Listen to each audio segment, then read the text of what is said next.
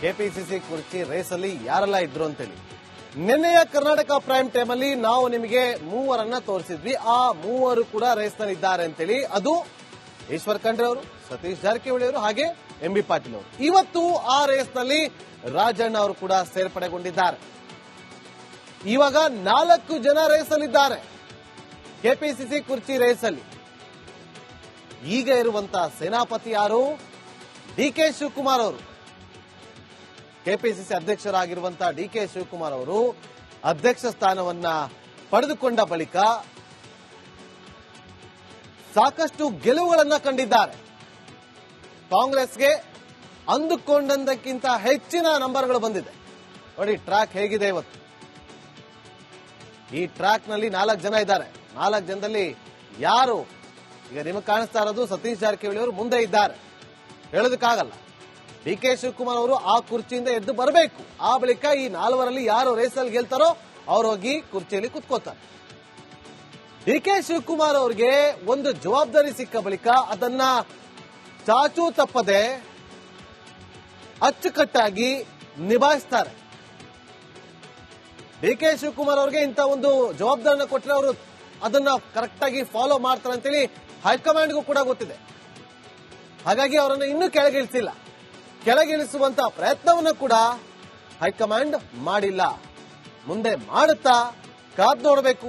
ಆದ್ರೆ ಯಾವಾಗ ಸೇನಾಪತಿಯಾಗಿ ಆ ಕುರ್ಚಿಯಲ್ಲಿ ಕುತ್ಕೊಂಡ್ರು ಡಿಕೆ ಶಿವಕುಮಾರ್ ಅವರು, ಅಲ್ಲಿಂದ ಸಾಲು ಸಾಲು ಗೆಲುವುಗಳನ್ನ ಕಾಂಗ್ರೆಸ್ಗೆ ತಂದು ಕೊಟ್ಟಿದ್ದಾರೆ. ಅದು ರಾಜ್ಯದಲ್ಲಿ.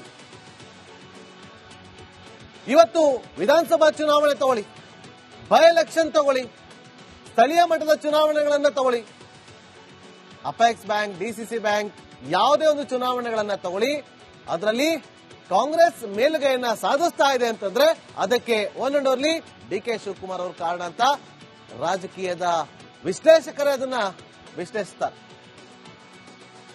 ಇದೆಲ್ಲದರ ನಡುವೆ ತ್ಯಾಗದ ಮಾತುಗಳನ್ನು ಆಡಿದ್ದಾರೆ ಡಿಕೆ ಶಿವಕುಮಾರ್ ಅವರು.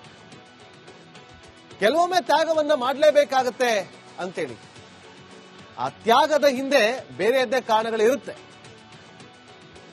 ಯಾವಾಗ ಡಿಕೆ ಶಿವಕುಮಾರ್ ಅವರ ಬಾಯಿಂದ ಇಂಥ ಒಂದು ಹೇಳಿಕೆ ಬರುತ್ತೋ, ತ್ಯಾಗ ಅನ್ನುವ ಪದ ಅವರ ಬಾಯಿಂದ ಬರುತ್ತೋ, ತಕ್ಷಣ ಏಕಾಏಕಿ ಅಲರ್ಟ್ ಆಗ್ತಾರೆ ಸಿಎಂ ಸಿದ್ದರಾಮಯ್ಯ ಅವರ ಬಣ.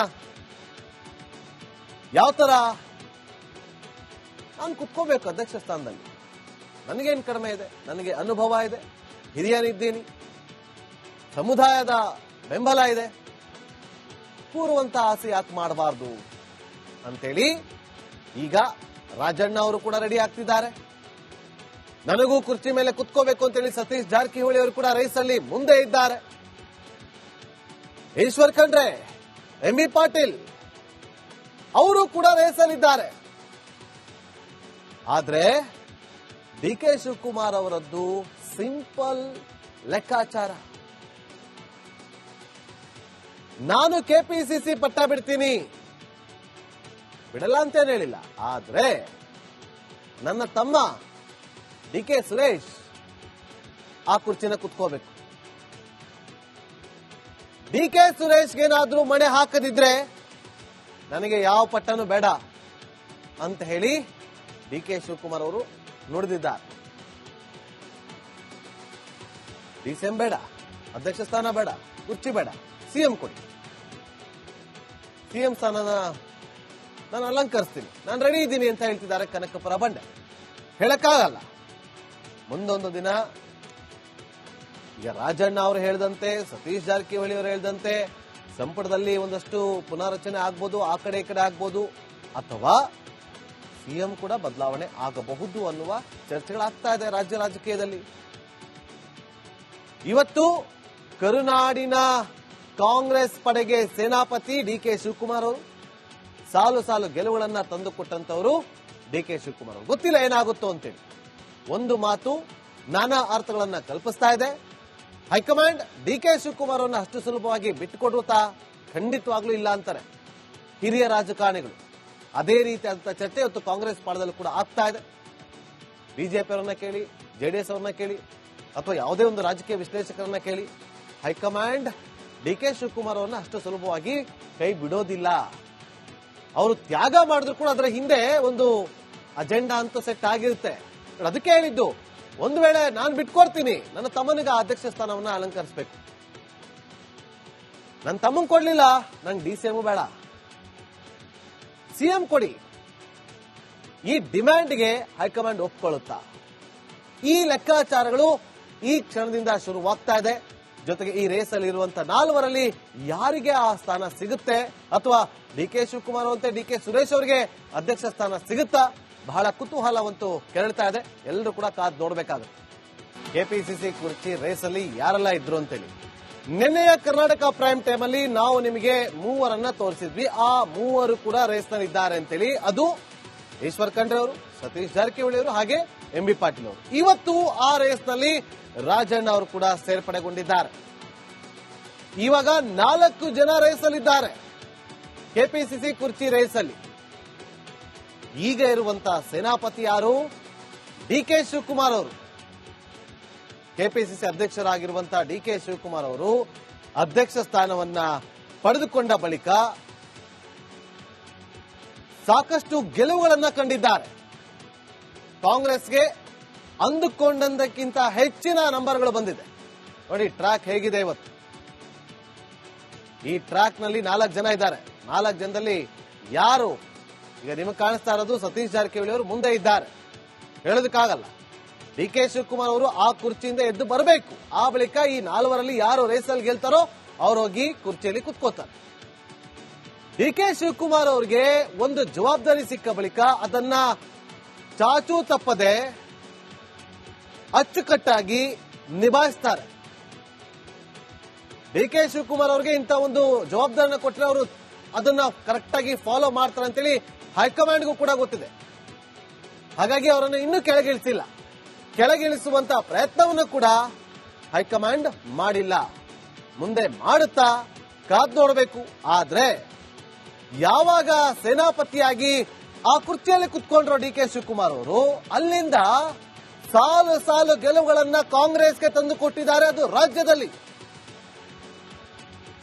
ಇವತ್ತು ವಿಧಾನಸಭಾ ಚುನಾವಣೆ ತಗೊಳ್ಳಿ, ಬೈ ಎಲೆಕ್ಷನ್ ತಗೊಳ್ಳಿ, ಸ್ಥಳೀಯ ಮಟ್ಟದ ಚುನಾವಣೆಗಳನ್ನ ತಗೊಳ್ಳಿ, ಅಪೆಕ್ಸ್ ಬ್ಯಾಂಕ್, DCC ಬ್ಯಾಂಕ್, ಯಾವುದೇ ಒಂದು ಚುನಾವಣೆಗಳನ್ನ ತಗೊಳ್ಳಿ, ಅದರಲ್ಲಿ ಕಾಂಗ್ರೆಸ್ ಮೇಲುಗೈಯನ್ನ ಸಾಧಿಸ್ತಾ ಇದೆ ಅಂತಂದ್ರೆ ಅದಕ್ಕೆ one and only DK Shivakumar ಅವರು ಕಾರಣ ಅಂತ ರಾಜಕೀಯದ ವಿಶ್ಲೇಷಕರೇ ಅದನ್ನ ವಿಶ್ಲೇಷಿಸ್ತಾರೆ. ಇದೆಲ್ಲದರ ನಡುವೆ ತ್ಯಾಗದ ಮಾತುಗಳನ್ನು ಆಡಿದ್ದಾರೆ DK ಶಿವಕುಮಾರ್ ಅವರು. ಕೆಲವೊಮ್ಮೆ ತ್ಯಾಗವನ್ನ ಮಾಡಲೇಬೇಕಾಗತ್ತೆ ಅಂತೇಳಿ. ಆ ತ್ಯಾಗದ ಹಿಂದೆ ಬೇರೆಯದ್ದೇ ಕಾರಣಗಳಿರುತ್ತೆ. ಯಾವಾಗ DK ಶಿವಕುಮಾರ್ ಅವರ ಬಾಯಿಂದ ಇಂಥ ಒಂದು ಹೇಳಿಕೆ ಬರುತ್ತೋ, ತ್ಯಾಗ ಅನ್ನುವ ಪದ ಅವರ ಬಾಯಿಂದ ಬರುತ್ತೋ, ತಕ್ಷಣ ಏಕಾಏಕಿ ಅಲರ್ಟ್ ಆಗ್ತಾರೆ CM ಸಿದ್ದರಾಮಯ್ಯ ಅವರ ಬಣ. ಯಾವ ತರ? ನಾನು ಕುತ್ಕೋಬೇಕು ಅಧ್ಯಕ್ಷ ಸ್ಥಾನದಲ್ಲಿ, ನನಗೇನು ಕಡಿಮೆ ಇದೆ, ನನಗೆ ಅನುಭವ ಇದೆ, ಹಿರಿಯನಿದ್ದೀನಿ, ಸಮುದಾಯದ ಬೆಂಬಲ ಇದೆ, ಕೂರುವಂತ ಆಸೆ ಯಾಕೆ ಮಾಡಬಾರ್ದು ಅಂತೇಳಿ ಈಗ ರಾಜಣ್ಣ ಅವರು ಕೂಡ ರೆಡಿ ಆಗ್ತಿದ್ದಾರೆ. ನನಗೂ ಕುರ್ಚಿ ಮೇಲೆ ಕುತ್ಕೋಬೇಕು ಅಂತೇಳಿ ಸತೀಶ್ ಜಾರಕಿಹೊಳಿ ಅವರು ಕೂಡ ರೇಸಲ್ಲಿ ಮುಂದೆ ಇದ್ದಾರೆ. ಈಶ್ವರ್ ಖಂಡ್ರೆ, MB ಪಾಟೀಲ್ ಅವರು ಕೂಡ ರೇಸಲ್ಲಿದ್ದಾರೆ. ಆದ್ರೆ DK ಶಿವಕುಮಾರ್ ಅವರದ್ದು ಸಿಂಪಲ್ ಲೆಕ್ಕಾಚಾರ. ನಾನು KPCC ಪಟ್ಟ ಬಿಡ್ತೀನಿ, ಬಿಡಲ್ಲ ಅಂತೇನು ಹೇಳಿಲ್ಲ. ಆದ್ರೆ ನನ್ನ ತಮ್ಮ DK ಸುರೇಶ್ ಆ ಕುರ್ಚಿನ ಕುತ್ಕೋಬೇಕು. DK ಸುರೇಶ್ಗೇನಾದ್ರೂ ಮಣೆ ಹಾಕದಿದ್ರೆ ನನಗೆ ಯಾವ ಪಟ್ಟನೂ ಬೇಡ ಅಂತ ಹೇಳಿ DK ಶಿವಕುಮಾರ್ ಅವರು ನುಡಿದಿದ್ದಾರೆ. DCM ಬೇಡ, ಅಧ್ಯಕ್ಷ ಸ್ಥಾನ ಬೇಡ, ಕುರ್ಚಿ ಬೇಡ, CM ಕೊಡಿ. CM ಸ್ಥಾನನ ನಾನು ಅಲಂಕರಿಸ್ತೀನಿ, ನಾನು ರೆಡಿ ಇದ್ದೀನಿ ಅಂತ ಹೇಳ್ತಿದ್ದಾರೆ ಕನಕಪುರ ಬಂಡೆ. ಹೇಳಕ್ಕಾಗಲ್ಲ. ಮುಂದೊಂದು ದಿನ ಈಗ ರಾಜಣ್ಣ ಅವರು ಹೇಳಿದಂತೆ, ಸತೀಶ್ ಜಾರಕಿಹೊಳಿ ಅವರು ಹೇಳಿದಂತೆ ಸಂಪುಟದಲ್ಲಿ ಒಂದಷ್ಟು ಪುನಾರಚನೆ ಆಗ್ಬೋದು, ಆ ಕಡೆ ಈ ಕಡೆ ಆಗ್ಬೋದು, ಅಥವಾ CM ಕೂಡ ಬದಲಾವಣೆ ಆಗಬಹುದು ಅನ್ನುವ ಚರ್ಚೆಗಳಾಗ್ತಾ ಇದೆ ರಾಜ್ಯ ರಾಜಕೀಯದಲ್ಲಿ.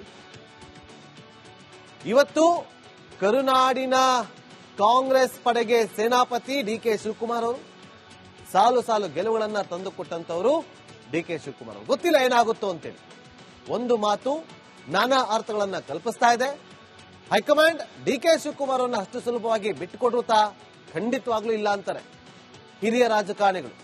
ಅದೇ ರೀತಿಯಾದಂತ ಚರ್ಚೆ ಇವತ್ತು ಕಾಂಗ್ರೆಸ್ ಪಾಳದಲ್ಲೂ ಕೂಡ ಆಗ್ತಾ ಇದೆ. ಬಿಜೆಪಿ ಅವರನ್ನ ಕೇಳಿ, ಜೆಡಿಎಸ್ ಅವರನ್ನ ಕೇಳಿ, ಅಥವಾ ಯಾವುದೇ ಒಂದು ರಾಜಕೀಯ ವಿಶ್ಲೇಷಕರನ್ನ ಕೇಳಿ, ಹೈಕಮಾಂಡ್ ಡಿಕೆ ಶಿವಕುಮಾರ್ ಅವರನ್ನ ಅಷ್ಟು ಸುಲಭವಾಗಿ ಕೈ ಬಿಡೋದಿಲ್ಲ. ಅವರು ತ್ಯಾಗ ಮಾಡಿದ್ರು ಕೂಡ ಅದರ ಹಿಂದೆ ಒಂದು ಅಜೆಂಡಾ ಅಂತ ಸೆಟ್ ಆಗಿರುತ್ತೆ. ಅದಕ್ಕೆ ಹೇಳಿದ್ದು, ಒಂದು ವೇಳೆ ನಾನು ಬಿಟ್ಕೊಡ್ತೀನಿ, ನನ್ನ ತಮ್ಮನಿಗೆ ಅಧ್ಯಕ್ಷ ಸ್ಥಾನವನ್ನ ಅಲಂಕರಿಸಬೇಕು.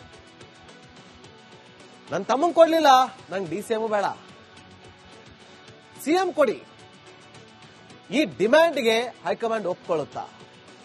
ಈ ಲೆಕ್ಕಾಚಾರಗಳು ಈ ಕ್ಷಣದಿಂದ ಶುರುವಾಗ್ತಾ ಇದೆ. ಜೊತೆಗೆ ಈ ರೇಸಲ್ಲಿ ಇರುವಂತಹ 4 ಯಾರಿಗೆ ಆ ಸ್ಥಾನ ಸಿಗುತ್ತೆ, ಅಥವಾ ಡಿಕೆ ಶಿವಕುಮಾರ್ ಅಂತೆ ಡಿಕೆ ಸುರೇಶ್ ಅವರಿಗೆ ಅಧ್ಯಕ್ಷ ಸ್ಥಾನ ಸಿಗುತ್ತಾ? ಬಹಳ ಕುತೂಹಲವಂತೂ ಕೆರಳ್ತಾ ಇದೆ. ಎಲ್ಲರೂ ಕೂಡ ಕಾದು ನೋಡಬೇಕಾಗುತ್ತೆ.